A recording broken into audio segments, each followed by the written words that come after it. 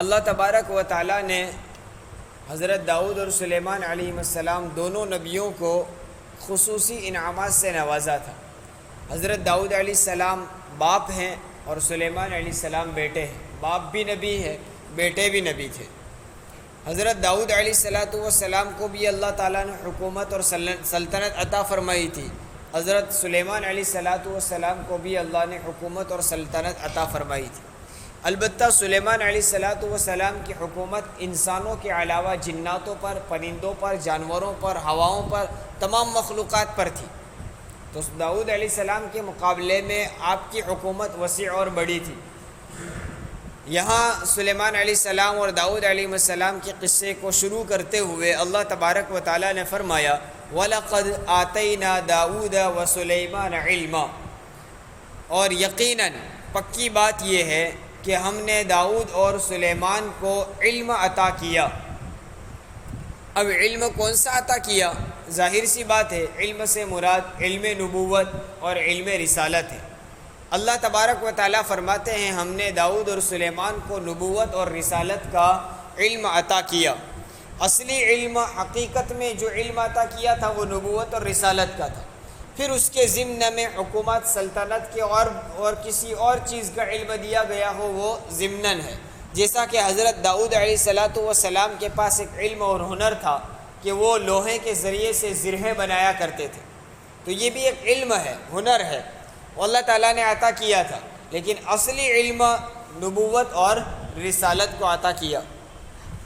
سوچنے کی بات ہے کہ اللہ رب العزت نے حضرت داؤد علیہ السلام اور سلیمان علیہ السلام کو بہت سارے انعام عطا کیے تھے۔ سلیمان علیہ السلام کی حکومت تو بہت عجیب و غریب تھی۔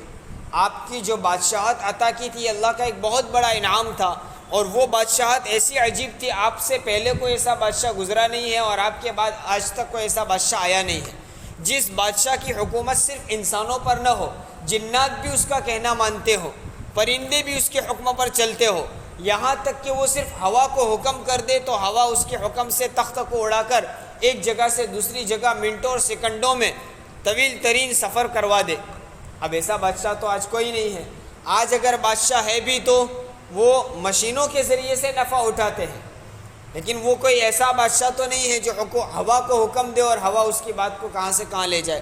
آگے قصہ آ رہا ہے چونٹی کے بارے میں۔ چونٹیوں نے سلیمان علیہ السلام کے لشکر کو دیکھا اور اعلان کیا، سلیمان علیہ السلام نے ان کی بات کو سنا، قرآن خود کہہ رہا ہے۔ اس کے بعد ایک پرندے کا ذکر آ رہا ہے، ہدہد پرندے کے سے حضرت سلیمان علیہ السلام نے بات چیت کی۔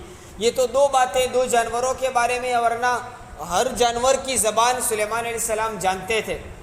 اور صرف جانور ہی نہیں، جانور تو ہماری بھی بات اگرچہ ہماری بولی نہیں سمجھتے لیکن بات مان لیتے ہیں، ان کو ہکال دیا جائے تو وہ چلنے لگتے ہیں۔ سلیمان علیہ السلام کی حکومت تو جناتوں پر بھی تھی، اور ایسے طاقتور جنات، آگے ہدہد کے قصے میں آ رہا ہے کہ ایک پلک جھپکنے کے اندر ایک ملکہ بادشاہ کا تخت اٹھا کر سلیمان علیہ السلام کے سامنے رکھ دیا۔ صرف آنکھیں بند کر کے کھولو اتنی دیر میں، کیسے طاقتور جنات ہوں گے۔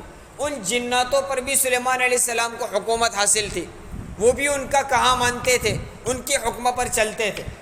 ایسے عجیب و غریب اور ایسے بڑے بڑے انعام اللہ تعالیٰ نے سلیمان علیہ السلام کو دیے تھے، لیکن جب قرآن میں ان کے قصے کی ابتدا کی تو کیا فرمایا؟ ہم نے داؤد اور سلیمان کو علم عطا کیا۔ حکومت کو چھوڑ دیا، بادشاہت کا ذکر نہیں، اور آپ کی سلطنت کا کوئی ذکر نہیں، آپ کو دی گئی طاقت کا کوئی ذکر نہیں، صرف ذکر کیا تو علم کا۔ معلوم یہ ہوا کہ دینی اور شرعی علم ایک ایسی عظیم الشان نعمت ہے جس کے مقابلے میں بادشاہت اور حکومت اور تخت و تاج کوئی حیثیت نہیں رکھتی۔ اور آج کل کے مالدار اور آج کل کے بادشاہ اور حکومت کیا، سلیمان کی حکومت بھی علم الہی کے مقابلے میں کوئی حیثیت نہیں رکھتی، اس لیے اللہ رب العزت نے ذکر کیا تو علم دین کا، شریعت اور نبوت کے علم کا تذکرہ کیا۔ وَلَقَدْ آتَيْنَا دَاوُودَ وَسُلَيْمَانَ عِلْمًا، ہم نے داؤد اور سلیمان کو علم نبوت، علم شریعت، علم رسالت عطا کیا۔